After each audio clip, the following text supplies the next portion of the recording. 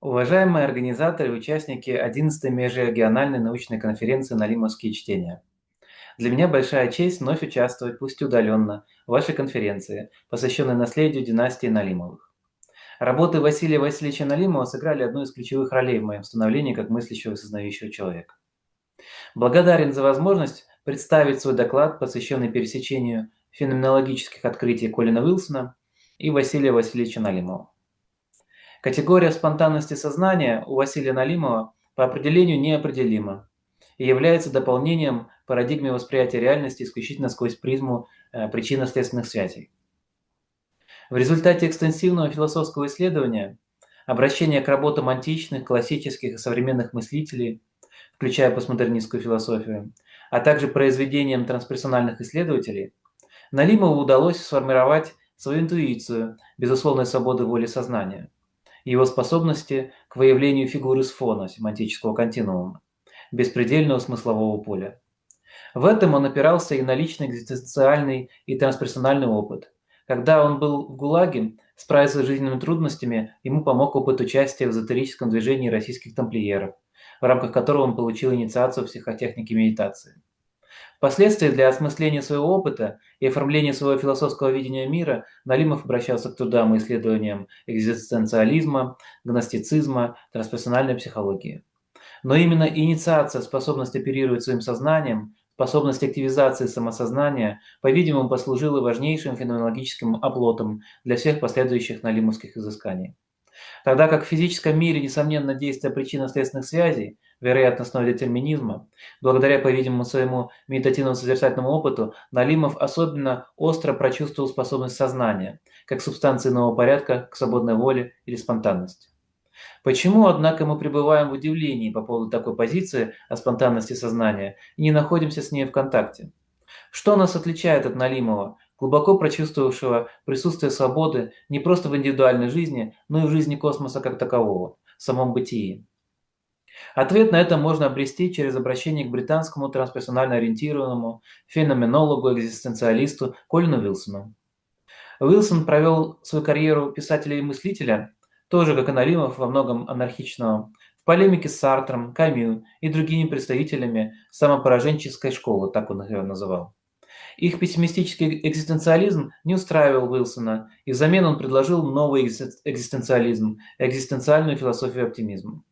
Он проанализировал динамику возникновения и исчезновения чувства смысла и собственного свободоволия и представил не просто пассивное феноменологическое описание, но процедуру проактивной феноменологической интенциональности. Как ее упражнять? Именно интенциональность, проявляющаяся как неосознаваемое нами спонтанное сознание, если обратиться к налимовскому понятию, является способом контакта со своим свободоволием и чувством смысла.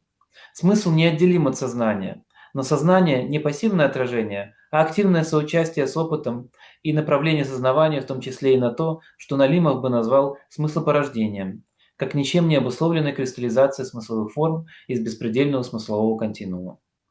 Уилсон показал, что наше представление о себе как о пассивных существах, лишенных свободной воли, пребывающих в том, что Сартр называл состоянием тошноты, в действительности есть описание лишь одного слоя сознания, определенного уровня его интенсивности. Интенсивность сознания меняется посредством сознательного обращения к способности его направлять на что-либо, то есть к интенциональности.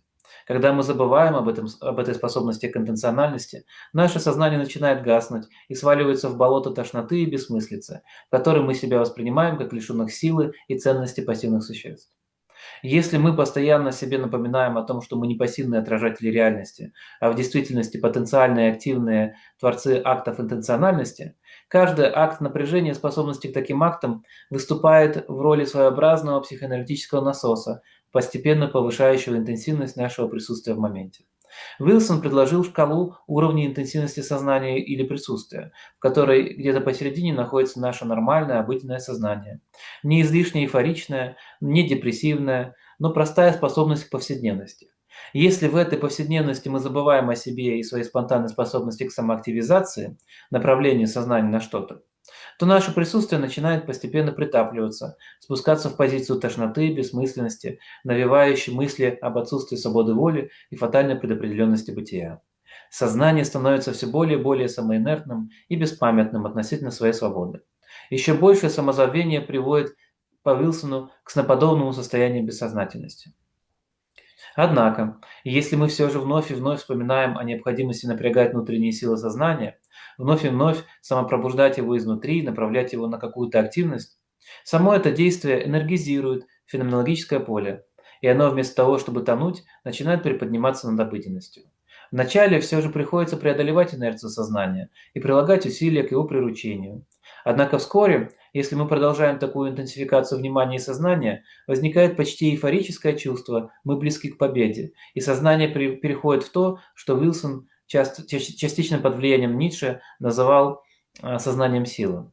Философия Ницше также оказала значительное влияние и на Василия Налимова. Сознание силы – это приподнятое настроение присутствия, в котором мы не чувствуем себя шлепнувшимися об инертность бытия, а наоборот, воспринимаем свое свободоволие, способность к спонтанному самопроявлению. Если наша феноменологическая тренировка продолжает развиваться, и мы еще более усиливаем свое присутствие, то вслед за сознанием силы могут приходить еще более возвышенные состояния, вплоть до пиковых переживаний и вообще способности воспарить над сиюминутным ландшафтом жизни и вознестись к тому, что Вилсон называл «взглядом с высоты птичьего полета». В своем эссе «Черная комната. Размышления о книге Колина Уилсона и проблеме свободы сознания» – это обзор уилсоновского психологического романа «The Black Room», я уже писал, цитирую, «Для Уилсона ответ на дилемму пессимизма и оптимизма кроется в свободе воли и выбора. Ты волен выбирать, чувствовать ли смысл и воспарить ли в небеса, то есть получить тот самый взгляд с высоты птичьего полета, соединившись со смысловой и сущностной нитью, связывающей все человечество и, возможно, даже всю историю Вселенной. Или же можно сделать выбор в пользу отказа от выбора и впасть в сонное болото экзистенциального вакуума. Это взгляд с позиции червяка, так его называл Уилсон. Потенциальная возможность многократного произвольного воспроизведения пикового опыта и чувство интенсивного проживания своей жизни служит для Уилсона эмпирическим доказательством несостоятельности упаднической и пораженческой философии, инфицировавшей самые основания европейского экзистенциализма. Это конец цитаты. Мне представляется, что к сходному открытию, пусть и иначе сформулированному, пришел и Василий Налимов, независимо от Колина Уилсона. Не случайно в своих работах он ссылается на Виктора Франкла и его логотерапию, терапию жизненным смыслом, волей к смыслу. Открытие Налимовым категории спонтанности сознания стало отражением внутреннего духовного борения этого выдающегося мыслителя, помноженного на благословение, полученное благодаря инициации, которая была у Василия Налимова, в медитативно-созерцательной психотехнике работы сознания. В этом смысле практически созерцающие феноменологи, в отличие от феноменологов пассивности сознания, приходят к сходному открытию. Свобода воли или переживание спонтанности сознания полностью в наших руках и ничем не обусловлено, кроме как нашей самопроизвольной активностью. Я благодарю вас за внимание и желаю вам замечательной конференции.